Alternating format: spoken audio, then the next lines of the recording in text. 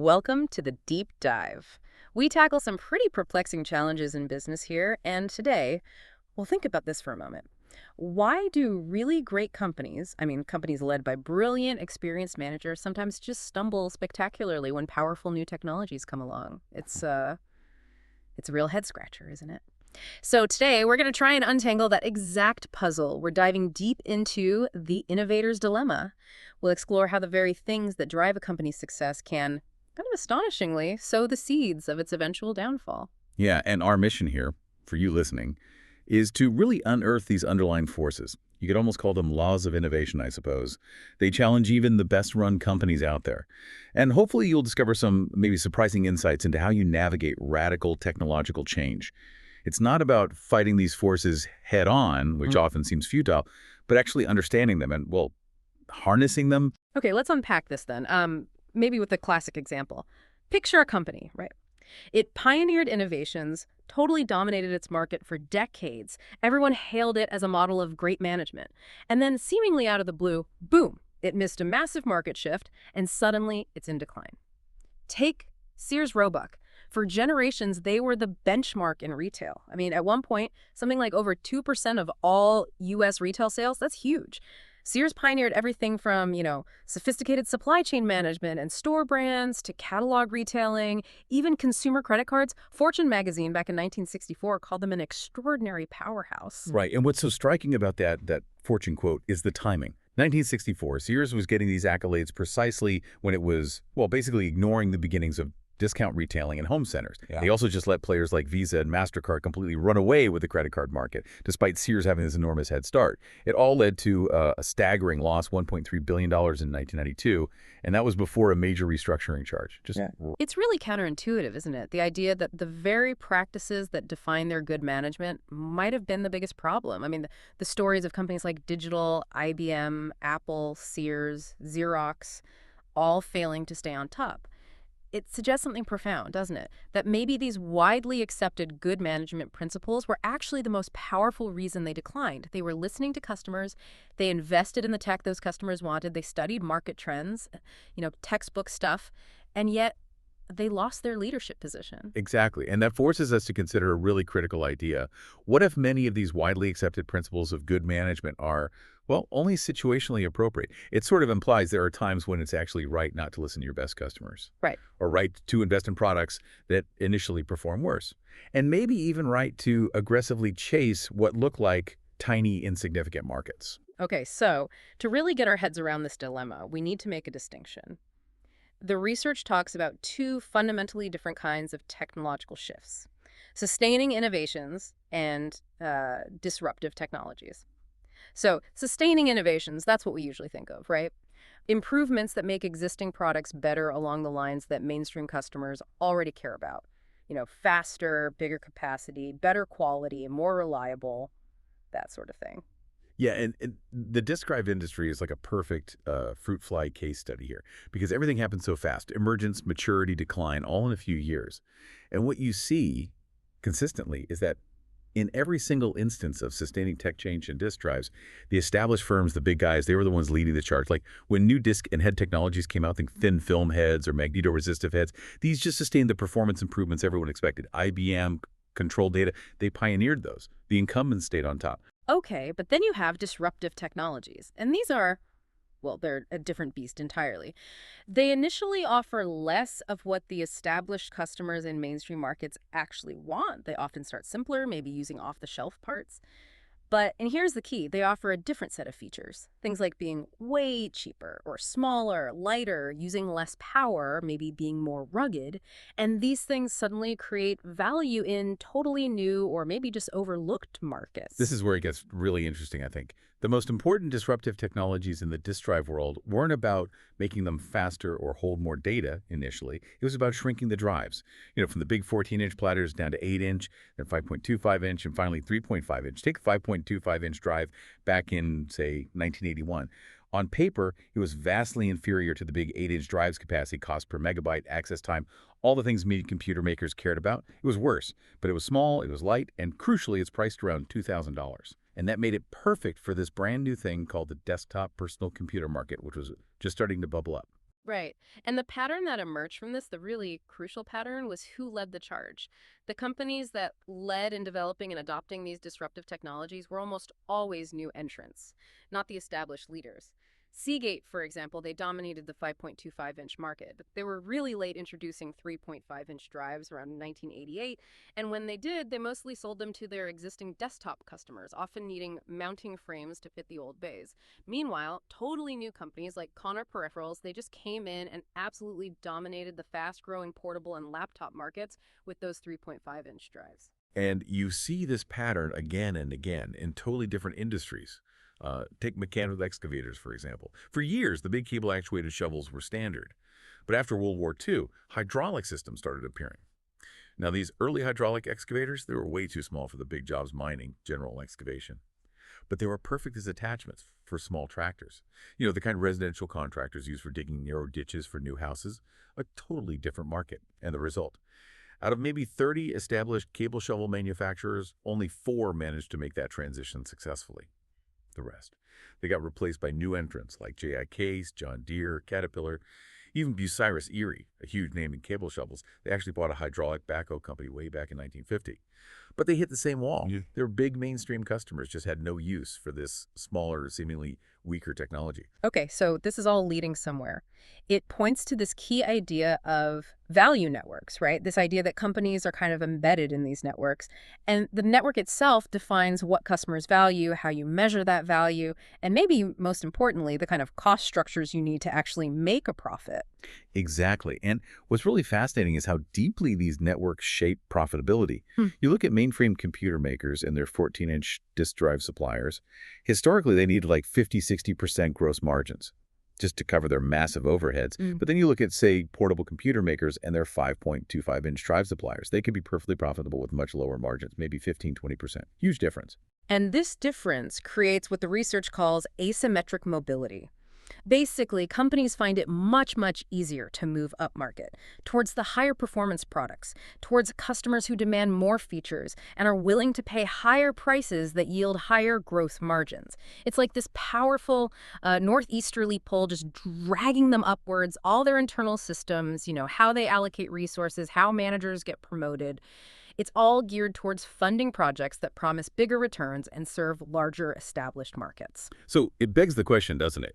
Why on earth would a company that needs, say, 40% gross margins to keep the lights on and investors happy, Right. why would they invest in a new market that only offers maybe 25% margins? From a purely rational financial perspective, it just looks, well, unattractive. It doesn't make sense on the spreadsheet. And so this decision-making process, which seems perfectly logical, systematically weeds out or underfunds proposals to develop products for these lower-margin disruptive markets. You see this play out perfectly in the steel industry. The big integrated mills companies like U.S. Steel, Bethlehem Steel, despite being really aggressively managed and focused on efficiency, they never built minimills. Never. When minimills first emerged using scrap steel, the only thing they could make was really low-quality steel, basically rebar, concrete reinforcing bars. Now, for the integrated mills, rebar was the absolute bottom of the barrel, lowest margin, least attractive market segment. They're probably almost relieved to get rid of that business. Right. But for the minimills, like Nucor Steel was back then, that low-end rebar market, that was their essential foothold, their beachhead. They didn't have the huge overheads of the integrated mills, so for them, rebar looked like a decent opportunity. They saw a path to profit and growth by moving upmarket from there. And that's exactly what they did. They relentlessly improved their quality, moved into bars, rods, structural beams, and now even high-quality sheet steel, which was once the exclusive domain of the integrated mills. They just kept attacking from below, forcing the integrated mills to retreat further and further into ever smaller premium high-margin niches. Wow. So what these examples collectively just scream out is this really profound truth, isn't it? That companies don't usually fail because they lack the technology, they don't have the information, or because management is bad. They often fail because these disruptive innovations, they just don't make sense. They don't fit the company's established value network, their financial model, their processes, until it's way, way too late. So, okay, the first part of the puzzle seems clear. Companies are kind of hardwired to go up market. But why does that lead to failure when new technologies come along? Because, working harder, planning better, being more customer driven, that all sounds like good management. But you're saying for disruptive tech, it can actually make things worse. It can, yeah. The research into disruption points to several Pretty powerful laws, you could call them. And if you understand these, you can actually start to harness them rather than be a victim of them. So principle one, companies depend on customers and investors for resources. That sounds obvious, right? But the implication is huge. Firms naturally, rationally prioritize listening to their most profitable customers. But these customers, initially, they don't want disruptive products. Why would they? They offer lower performance on the things they currently value. So organizations develop these excellent systems for killing ideas their best customers don't want, which makes it incredibly hard to allocate resources to disruptive technologies until those established customers do want them. And by then, as we said, it's often game over. Okay, principle two. Small markets don't solve the growth needs of large companies. This is another big one. Disruptive technologies almost always enable new markets to emerge. And sure, the early entrants into these new markets gain huge first-mover advantages. But here's the rub. As companies get bigger and more successful, it gets harder and harder for them to justify entering these newer, smaller markets, even if those markets are destined to become the big ones of the future. Just think about the maths. If you're a $4 billion company and you need to grow 20% next year just to keep Wall Street happy, you need to find $800 million in new revenue. A small emerging market powered by some disruptive tech might only be, what, $20 million, $50 million in its first few years? It's just not big enough to move the needle. It looks completely uninteresting from the executive suite of a huge corporation. Right, it's a rounding error. Okay, principle three. Markets that don't exist cannot be analyzed. This one. This really gets interesting because it explains why these shifts are so hard to see coming. Basically, market research for disruptive technologies. It's consistently wrong. The initial winning applications for these new products are inherently unknowable when you're developing them. Yeah, consider the story of Honda motorcycles coming to North America. It's fascinating. Their initial plan was all about large, powerful bikes, targeting existing motorcyclists.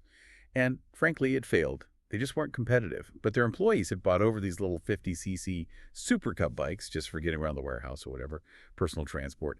And these little bikes accidentally uncovered this totally unforeseen market for, like off-road dirt biking, fun, casual use. This complete accident led to that iconic ad campaign, "You meet the nicest people on a Honda," and created a whole new market segment they never planned for. Honda didn't plan it. They sort of stumbled into it. They discovered it. Okay, now contrast that with Hewlett-Packard's little 1.3-inch Kitty Hawk disk drive. HP vested a ton of money, scores of millions, based on really thorough market research and detailed forecasts for the personal digital assistant market, the PDA market. But the problem was, the PDA market just didn't take off like everyone predicted. And by the time HP realized that, they'd burned through their resources on that one bet, and they missed other potential applications that were emerging. Exactly. And this really hammers home the need for what you might call discovery-based planning or maybe agnostic marketing when you're dealing with disruptive stuff. Yeah. You just have to go in assuming your initial forecasts are probably wrong. You make small bets, flexible investments. You learn from actually trying things in the real market rather than committing everything based on a spreadsheet. Critically, you conserve resources so you can make a second or third try once you start to figure out where the real opportunity lies. Okay, that makes sense. Learn as you go. And the fourth principle, an organization's capabilities define its disabilities. What exactly does that mean? Capabilities becoming disabilities. It sounds paradoxical, but it's about how organizations work. And organizations establish processes, the routines, the way work habitually gets done and its values, the criteria managers and employees use to prioritize decisions, define what's profitable, what's important. These become incredibly ingrained and inflexible over time. They get honed, often to near perfection, to support the existing business model and serve the existing customers. So the very processes that make a company fantastic at designing, say, high-end, complex mini computers would be completely useless, maybe even counterproductive, for designing simple, low-cost desktop PCs. And similarly, the company's values what constitutes an attractive margin, an acceptable market size. Those values that drive success in the high-end market make it impossible to prioritize investment in low-end, low-margin disruptive markets. So the things you're good at, your capabilities in one context, literally become your disabilities when the context shifts. Wow. Okay, can you give an example of that? Sure. Think about Intuit's QuickBooks. Back when it launched, most small business accounting software was designed with input from CPAs, accountants. So it was powerful, but also really complex. You basically had to understand debits and credits, audit trails, all that stuff. Which most small business owners don't, right? Exactly. Intuit's founder, Scott Cook, had this key insight. Something like 85% of small businesses were run by people who were not accountants. They just needed something simple to track money in, money out. So QuickBooks was a classic disruptive technology. It actually offered less functionality than the established packages, but it was vastly simpler and more convenient to use. It essentially overshot the market's real need for all those complex accounting features. And by doing that, it changed the whole basis of competition away from features and towards convenience. And the result? QuickBooks grabbed something like 70% of the market within just 2 years. It shows that once competing products get good enough, once their performance improves beyond what most customers can actually utilize, the way people choose between them changes. It often shifts first to reliability, then maybe convenience, and ultimately price becomes the main driver. And you mentioned Eli Lilly overshooting with insulin purity. Yeah, similar idea. They kept investing in making insulin purer and purer, which was expensive. But they failed to see that only a tiny fraction of diabetics actually needed or benefited from that ultra-high purity. Most just needed good enough insulin at a reasonable price. They overshot what the bulk of the market valued. Okay, this is making a lot more sense now. So if sticking to traditional good management can actually be a trap when disruption hits, what is the path forward? What does the research say you should actually do? Well, the evidence points pretty strongly towards one main solution, though it's definitely challenging to implement. The most consistent and powerful approach is to spin out independent organizations specifically to commercialize these disruptive technologies. Spin them out, like create a separate company or division. Exactly, or at least a highly autonomous unit. The key is that this allows the new venture to align its resources and priorities with the right customers, the ones in the emerging market. And crucially, it lets them develop a cost structure that's actually viable for that new, probably lower margin market right from the start. They're not burdened by the parent company's existing overhead and expectations. Okay, do we have examples of companies that actually did this successfully? Oh, absolutely. Several great ones. Quantum Corporation, the disk drive maker, they completely missed the boat on the 5.25-inch drive. Big miss. But instead of trying to shoehorn it into their existing structure, they financed a separate company called Plus Development Corporation, kept 80% ownership, but let it operate independently. Plus, focused entirely on 3.5-inch drives for totally new market PC expansion slots. Plus was hugely successful and ultimately allowed the new Quantum to become the largest disk drive producer in the world by 1994. So separating it was key. Any others? Yeah, Control Data Corporation, CDC.